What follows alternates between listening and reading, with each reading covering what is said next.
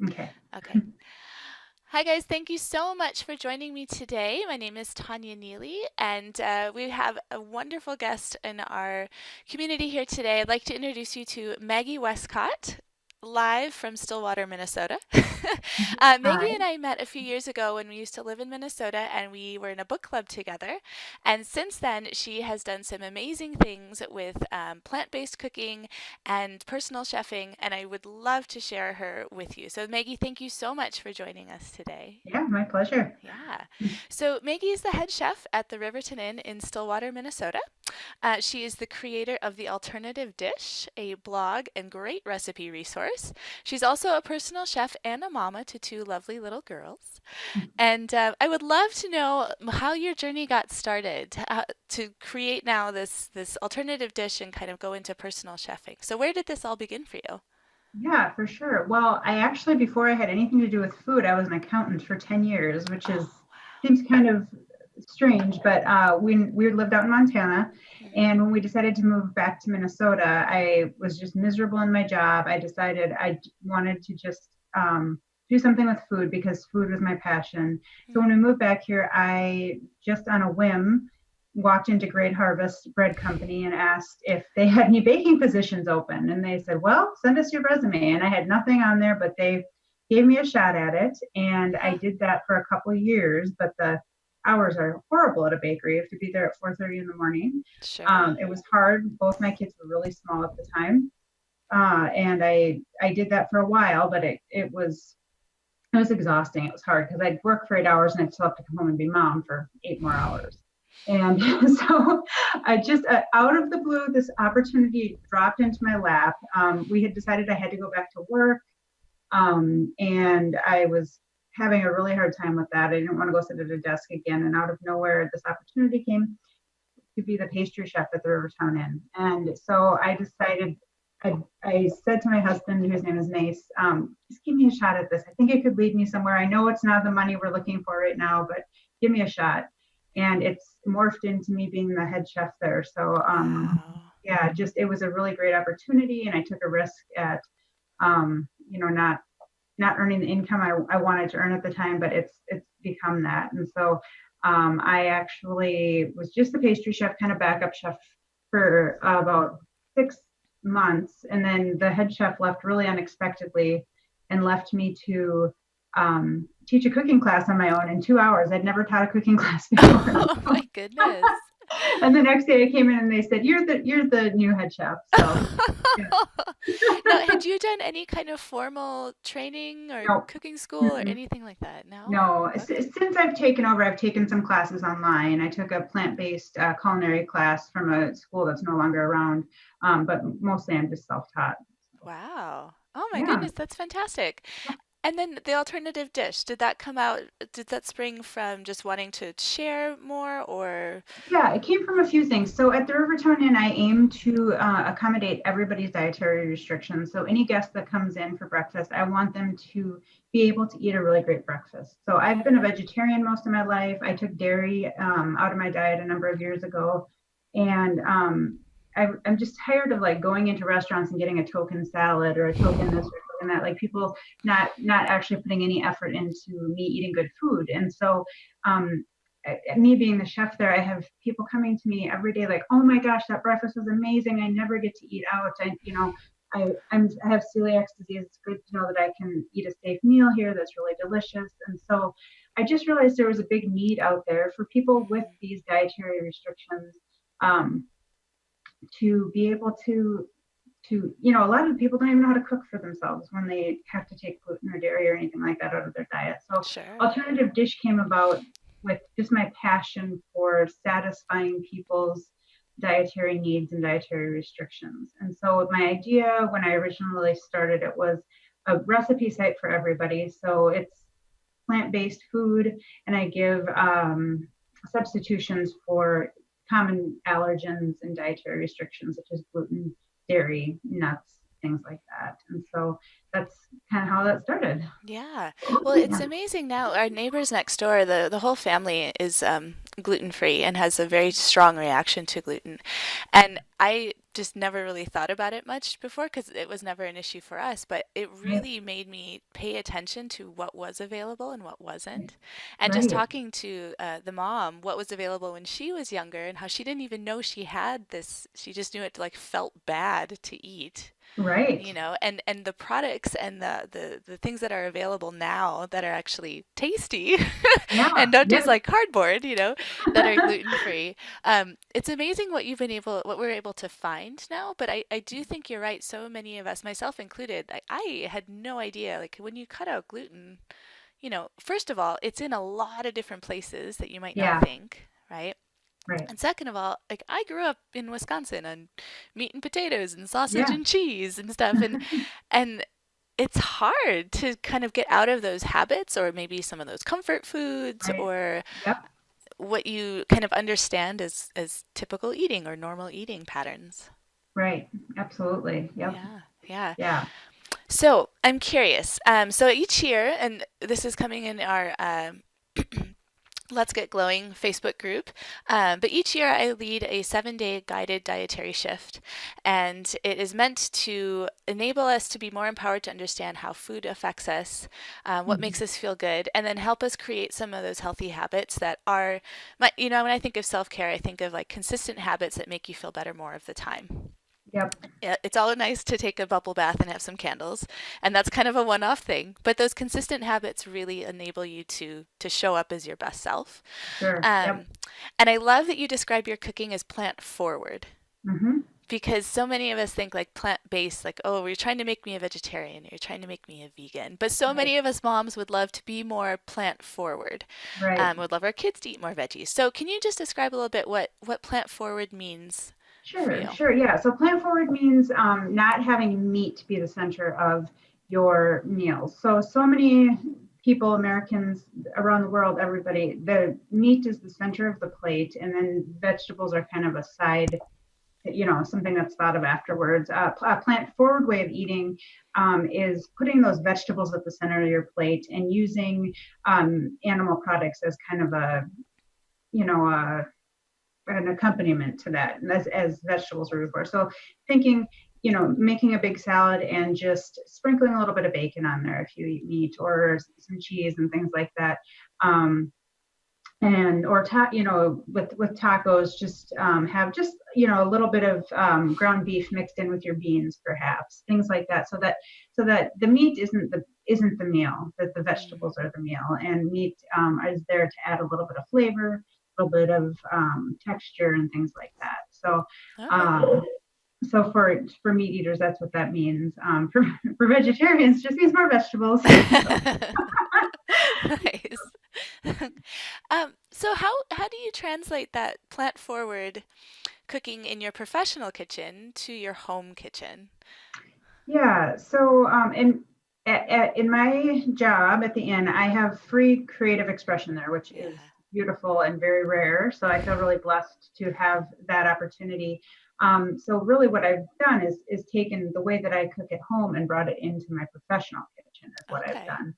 Because all the chefs there before me have been really meat heavy, and I really focus and talk to my guests about my plant forward approach to cooking. And so I have um, all of my breakfasts pretty much are vegetarian. I'll throw an egg on there, maybe some cheese, but I don't use much meat at all in my cooking. Sometimes if we have a guest that's been there a number of days, I might throw some bacon in there or something like that. But generally, I love introducing people to good, healthy, vegetable-heavy breakfast that people are excited about. And Mm. so that's how I would say that I translate the two. Okay. Well, Yeah. that's curious because I kind of assumed it went the other way, that the Mhm. professional kitchen would influence the home kitchen. So it's really curious that it went the other way around. Yeah. Yep. Yeah. So what would you say is kind of, or what do you see or maybe hear in talking with other women or families about wanting to have more plants, wanting to be more veggie based? What do you see as the biggest obstacles or barriers for them to achieve that? Yeah, I think the biggest barrier is just getting kids to try things. And so, Mhm. uh, and adults for that matter. My dad swears he hates vegetables, but then he'll come over and eat at our house and think, oh, this is delicious. So I think the biggest obstacle for adults and kids is just trying new things and being open to trying new things. And you and I talked about this before we got on, but something that I do, and it sounds like you do too, is I always have something on the table that I know that everyone will eat. And so, and also serving family style helps. So people can take whatever they want or need, and it doesn't need to be this big issue like eat what's on your plate. And so, for instance, I'll cook a stir fry or something like that I know my kids aren't going to eat. I mean, vegetables.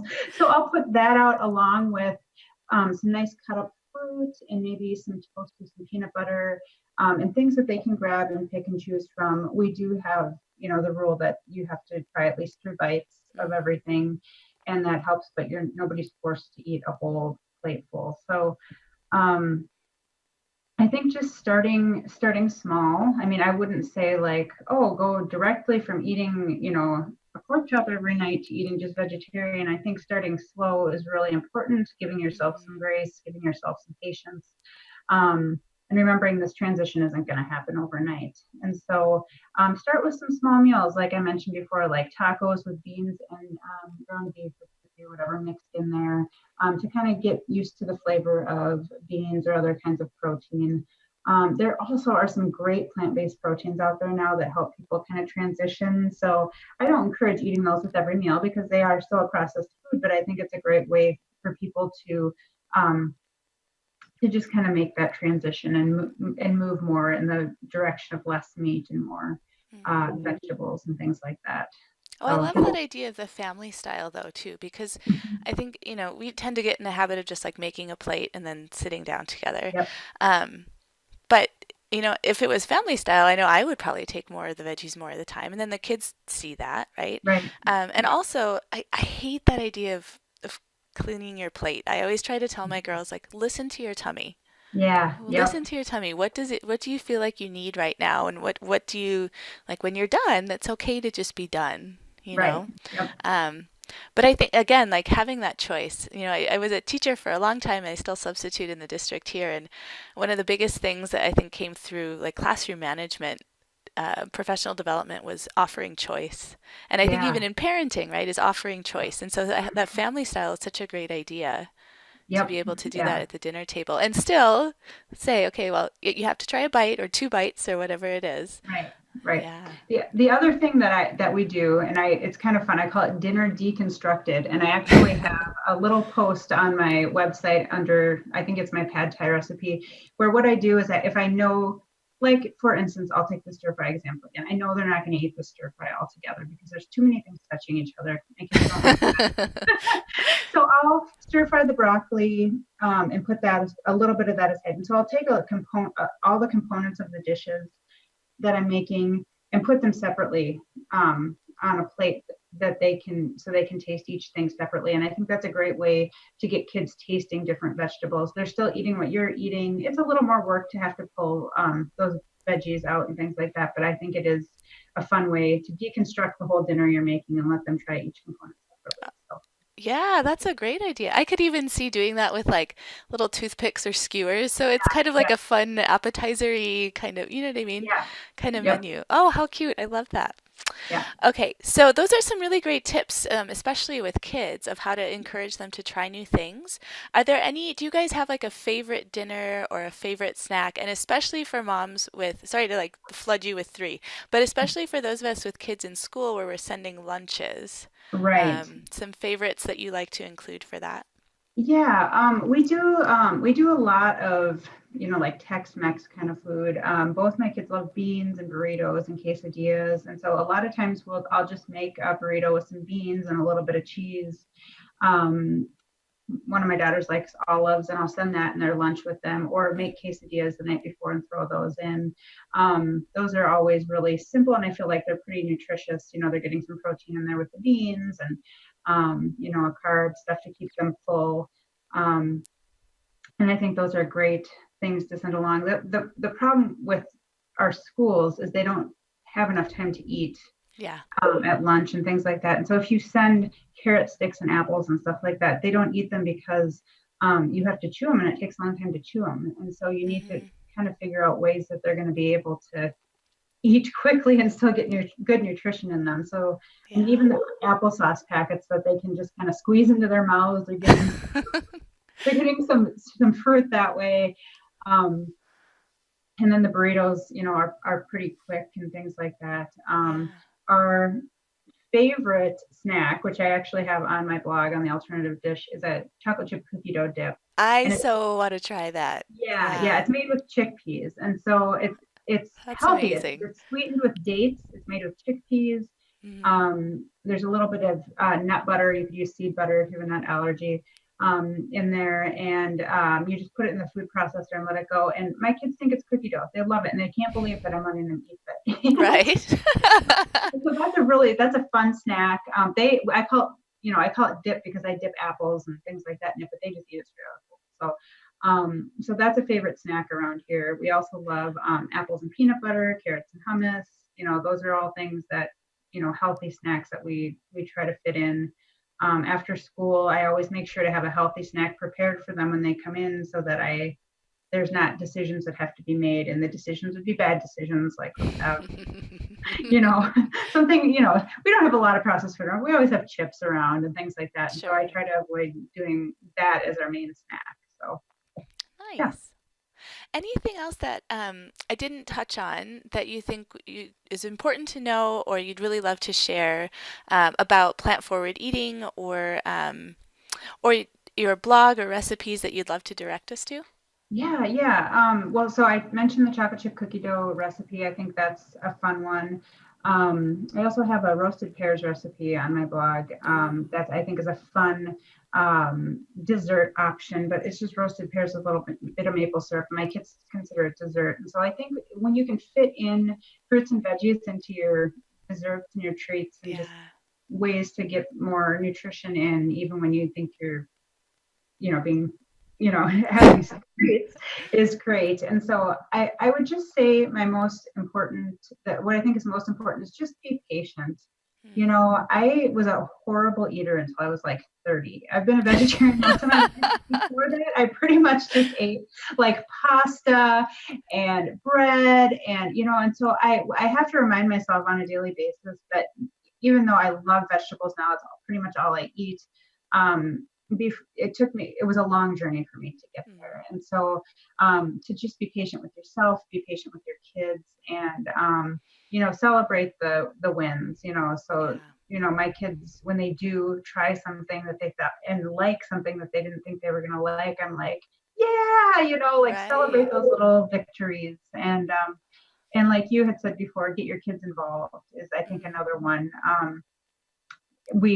Like you had mentioned earlier, my kids each pick a meal every week and they help me cook it. And so getting your kids in the kitchen, my kids are way more likely to try something that they wouldn't have if they've made it themselves, because they see all the components that go into the Yeah. different dishes and it doesn't seem so mysterious to them. So I think it's just a really important skill for them to start learning from a young age. Even at like 3 years old, my kids were in the kitchen, throwing, measuring stuff out, throwing stuff in. And so I think it's just a great way to get them involved in your Yeah. food. We do that too. My only complaint is Scarlett loves to dip her hand into the like flour sack. Yeah. And she's like, "Mom, it just feels so good." Yeah. And it's a It's little so messy, but messy. I'd rather deal with the mess and have Yeah. the Yeah. fun. Yeah. Yes. Cooking with kids is all about patience too, for sure. Yes, absolutely. Oh, Maggie, thank you so much for popping on with us today. I really, really appreciate it. Yeah. Look below for links to the alternative dish and those recipes that we talked about. I'm excited to try some of them as well and to touch base with you again and see what new things you might have come up with for us. Yeah. Yeah. Thanks so much for having me. All right. All right. Thanks, Maggie. We'll talk with you soon.